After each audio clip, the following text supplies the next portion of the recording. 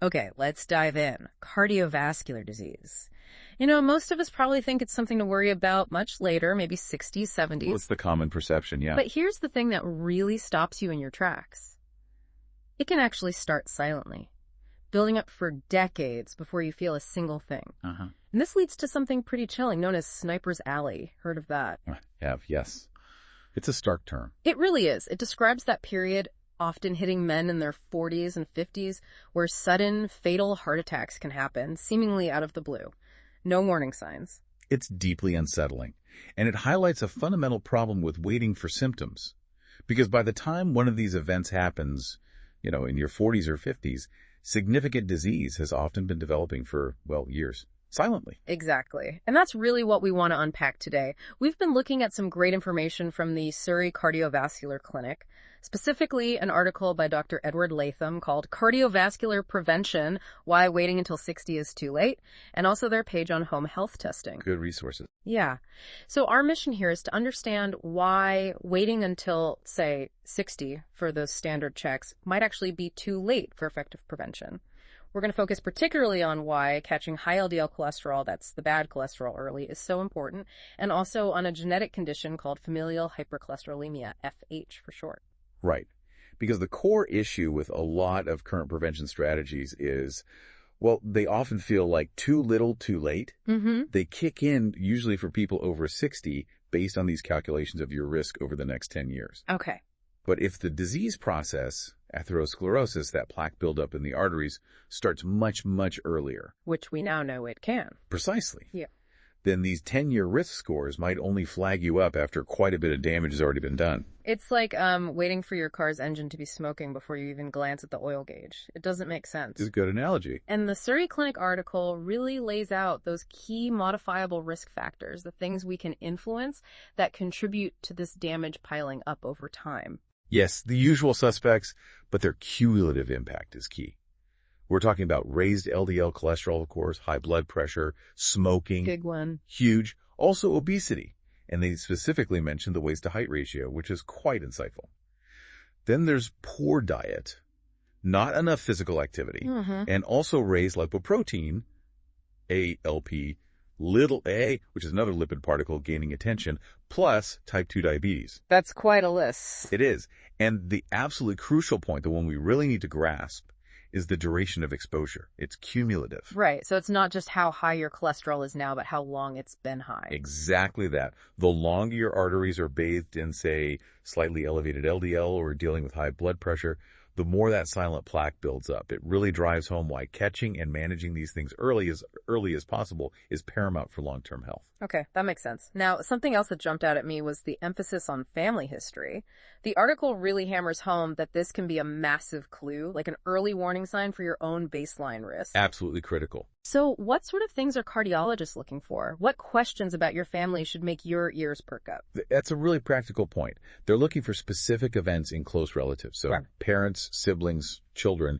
We're talking heart attacks, needing stents, or having bypass surgery, specifically before the age of 60. Okay, under 60 is the key there. Yes, relatively young. They'll also ask about stroke at an early age, significant high blood pressure, atrial fibrillation, maybe an aortic aneurysm.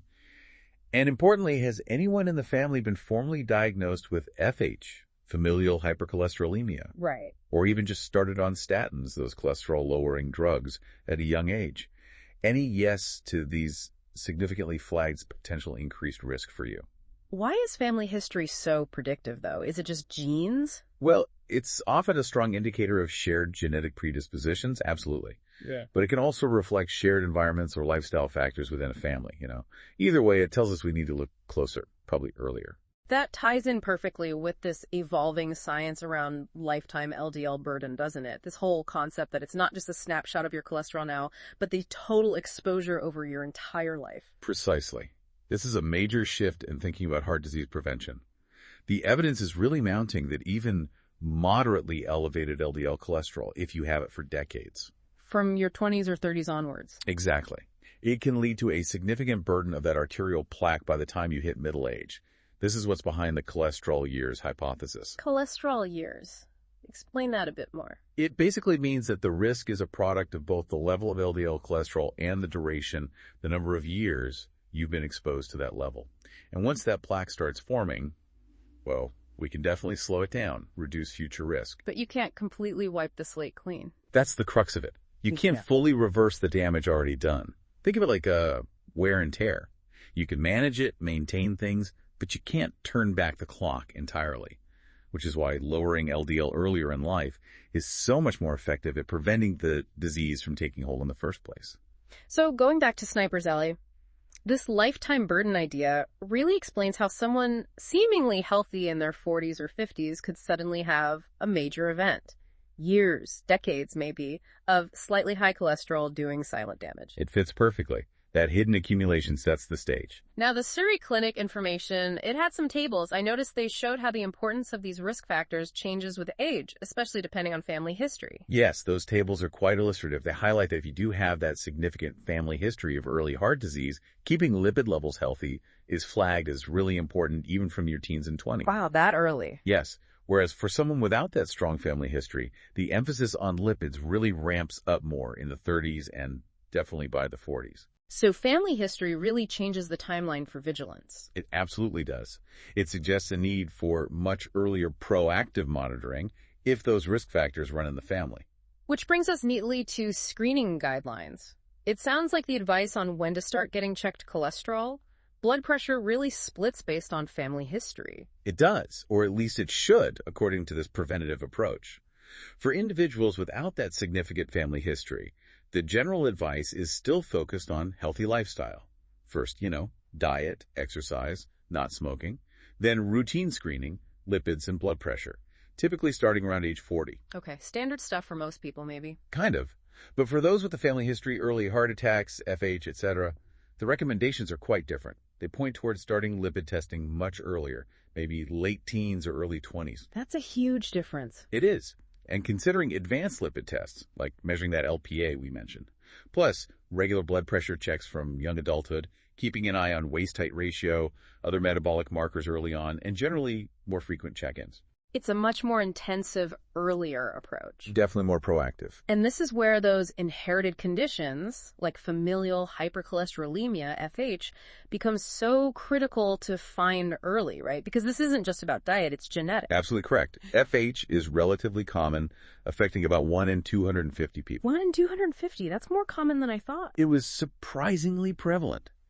And it causes very, very high LDL cholesterol levels right from birth. If it's missed, untreated, the risk of heart disease decades earlier than usual is dramatically increased. So finding these people is crucial. Hugely important, and that's why guidelines like those from NICE in the UK recommend cascade testing. So if one person is diagnosed, their first-degree relatives, parents, siblings, children should all be tested. Makes sense, like genetic detective work. Exactly.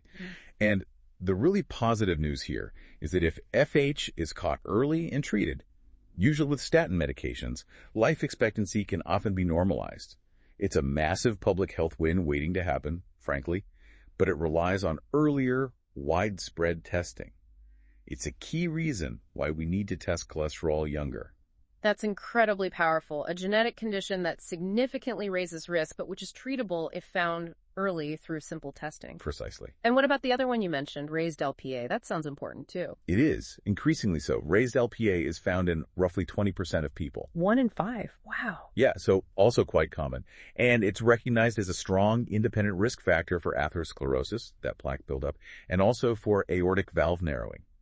Some evidence even suggests it might be more important than LDL in some people. But you said there's no specific treatment for it yet. Not a targeted therapy that's widely available, no. Research is ongoing, but identifying people with high LPA is still really valuable. Why? If you can't treat the LPA itself... Because it tells us that person is at higher inherent risk. So it strengthens the case for being even more aggressive in managing all the other modifiable risk factors, especially getting their LDL cholesterol down as low as possible. It adds urgency. I see. So knowing your LPA level helps tailor how aggressively you treat everything else, particularly LDL. Exactly. It's another piece of the risk puzzle and another argument for more comprehensive testing earlier on. Okay. So given all this, the importance of lifetime burden, finding FH early, understanding LPA, tackling high LDL before it causes decades of damage, It's really interesting that the Surrey Clinic offers home testing kits. Yes, that's a significant development in making this kind of proactive health management more accessible. It seems like a way for people to bypass some of the potential delays or maybe even reluctance to test early within traditional systems. It certainly empowers the individual. Being able to order a test for cholesterol or even LPA yourself through services like the one they partner with, Medical Space, getting a proper medical report back, being able to track your own numbers over time. That tracking part seems key. It really is. It allows you to see trends, understand your own baseline, and take ownership much earlier. It could mean fewer trips to the GP just for results interpretation, especially for initial screening. And they mention other tests too, like the Cardiovascular test for glucose management. Right, another tool for proactive metabolic health. All part of the same philosophy, empowering people with information about their own bodies earlier. And let's bring this right back full circle to Sniper's Alley. How does all this early testing, FH detection, managing lifetime LDL, directly impact that risk of sudden cardiac events in your 40s and 50s? It impacts it directly and profoundly. By identifying high LDL cholesterol early, whether it's driven by genetics like FH or by lifestyle and other factors, and intervening much sooner, Decades sooner, potentially. you are actively reducing that cumulative lifetime burden of cholesterol exposure. You're slowing down or even preventing the buildup of that dangerous plaque long before it reaches a critical stage. The focus isn't only on finding the 1 in 250 with FH, though that's vital. It's also recognizing that bringing down high LDL early, whatever the cause, is probably our best weapon against those unexpected tragedies in middle age. So it's tackling both the genetic high flyers and the more common long-term moderate elevations. Precisely. Understanding your risk factors early, maybe using these accessible home tests, talking to your doctor armed with family history, you're taking concrete steps to lower your lifetime risk and directly address the factors contributing to Sniper's Alley. Waiting for the standard checks at 40 or 60, you might miss that crucial window for really effective primary prevention. So, if we had to boil it down, the big takeaway seems crystal clear. When it comes to your heart health, earlier is definitely better. Proactive prevention, getting those cholesterol levels checked sooner rather than later, is vital, especially if heart disease runs in your family. Waiting until you're 60, well, it often means the damage has been silently accumulating for decades. That sums it up perfectly.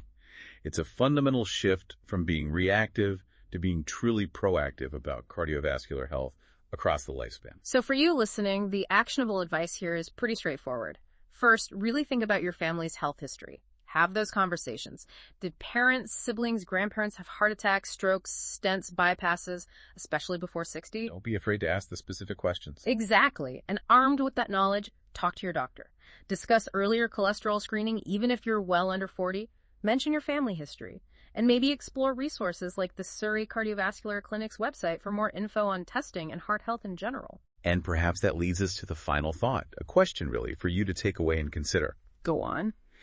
Knowing now that heart disease can start silently, years, even decades before you might expect, and knowing that finding out your risk early and taking action can genuinely change your future health, what steps will you take, starting today, to really understand your own personal risk factors and protect your heart for the long haul? That's a powerful question to end on. Definitely food for thought.